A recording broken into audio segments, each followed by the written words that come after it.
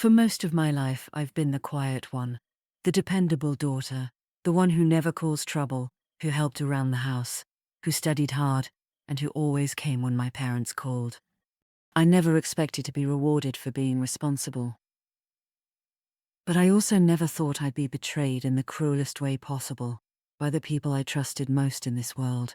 This is the story of how my parents and sister took everything I worked for, and how I let them destroy their own comfort with their own hands. It started with an idea, a shared family project, or so I thought. My parents owned a large piece of property, a beautiful stretch of land behind our family home, with an old, worn-down shed and plenty of space. I'd just graduated from college, with a degree in interior design. I didn't have much money, but I had vision. So when my mum mentioned that the shed could be turned into a small guest house, I jumped at the opportunity. I told her, what if I helped design it? I could handle the interiors, pick the layout, and make it something beautiful, maybe even live there someday. My parents smiled. My dad nodded. That's a great idea, Rachel. If you want to put in the work and save for it, we'll give you that space. You deserve your own place. I believed them. For once, I felt like my efforts meant something. Over the next 2 years, my life revolved around that little house. Every spare dollar I made from my design work went into it. Materials, labor, furniture, appliances. Every spare weekend I had was spent at the property, sanding, painting, measuring, and dreaming. I remember coming home after long nights of freelancing, covered in paint and dust, exhausted but proud. I poured everything into that guest house. It wasn't just a side project. It was my symbol of independence. And through it all, my parents cheered me on. My mum loved to say, "You're so talented, honey. That place is going to be amazing when you move in." My dad bragged to neighbors, "Rachel's turning that old shack into something incredible. She's doing it all herself." And then there was my sister, Amanda. Amanda, the golden child, the perfect one, at least in my parents' eyes. She was 3 years younger than me, spoiled and constantly in some kind of minor crisis. Bad breakup, mum was there. Lost her job, dad paid her rent. New boyfriend, everyone had to pretend he was the one. Meanwhile, I was expected to handle my own problems quietly and without complaint. But I didn't mind. I thought, that's just family. The house was finally complete. After 2 years of saving, working, and hoping, it was ready. It was perfect. Warm wooden floors, white curtains that swayed with the breeze, soft lighting, and furniture that I restored myself. The morning it was finished, I brought my parents over to see it. They smiled, hugged me, and told me how proud they were. Then, my mum said something that didn't make sense. We were actually thinking Amanda could stay here for a while, just until she gets back on her feet. I laughed nervously, thinking it was a joke. But my dad cleared his throat and added, "Actually, Rachel, we decided it makes sense for Amanda to have the guest house permanently. You can always stay in your old room when you visit."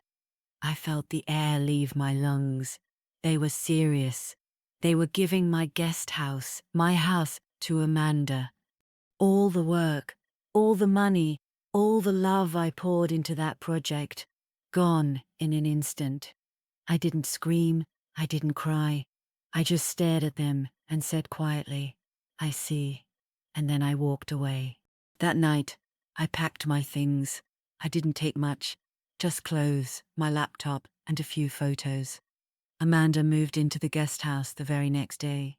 My parents acted like it was perfectly reasonable, like I should be happy for her. My mother even called me to say, "You know your sister needs a break. You can always build something else someday."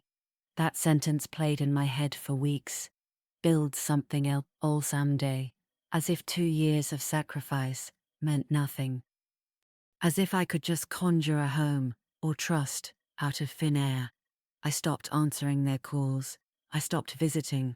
For the first time in my life, I decided to live for myself, not for their approval. Months went by. I moved into a small apartment downtown, started focusing on my freelance work, and slowly began to rebuild my confidence. Without the constant pull of my family's demands, I realized how much emotional space they had taken from me. For years, I'd been their fixer, the one who solved every problem, who sacrificed weekends to help them repaint, repair, or clean. And what did I get in return? A reminder that I would never be their favorite. It hurt, but I learned to live with that truth. Then, one evening, my phone buzzed. It was a message from my dad. "Hey Ratch, we've been having some issues with the guest house. Water's leaking under the sink, and the power keeps flickering. Can you come by this weekend to take a look?" I read the message twice and smiled bitterly. Of course, now that their precious Amanda's comfort was at stake, they suddenly remembered I existed. I didn't reply. A few days later, my mum called. When I didn't answer, she sent another text. "Please, Rachel, you're the only one who knows how to fix these things. Amanda's really upset. It would mean a lot if you came by." I could almost hear her voice, sweet and pleading when she wanted something, cold and dismissive when she didn't. I ignored that message too. After 2 weeks of silence, they showed up at my apartment unannounced. I opened the door to find both of them standing there, looking uncomfortable. "Rachel," my dad said, "we really need your help. The whole house smells like mildew, and the wiring's a mess. Amanda's panicking." I folded my arms. "Didn't you say it was her house now?" My mother frowned. "Don't be like that, sweetheart. You know how to fix these things. It'll take you no time at all." I stared at them, these two people who had betrayed me so easily, now acting like nothing had happened. Finally, I said, "No." They blinked in surprise. My dad's voice hardened. "What do you mean, no?" "I mean," I said calmly, "you made your choice. You gave the house to Amanda. It's hers. Let her figure it out." My mum tried another tactic, guilt. "We didn't mean to hurt you, Rachel. You're just more capable than your sister. You know she's not handy with this sort of thing." I smiled. Then maybe she shouldn't have taken the house, and I closed the door. Weeks passed. Apparently the dream home wasn't so dreamy anymore. My cousin, who still lived nearby, filled me in. Amanda had no idea how to maintain the place. She overloaded the electrical system by plugging in too many devices. The plumbing under the sink had burst because she ignored a slow leak. And the fancy decorative light fixtures I had carefully wired, they started shorting out because someone had tried to fix them with tape. The house was slowly falling apart. Meanwhile, my parents were drowning in repair bills. They called in electricians, plumbers, and contractors, all of whom charged far more than I ever spent. For once, money couldn't solve their problem. A few months later, I got another message. This one simply said, "Family dinner this Sunday. We'd really like you to come." I almost ignored it, but something in me shifted. It was time.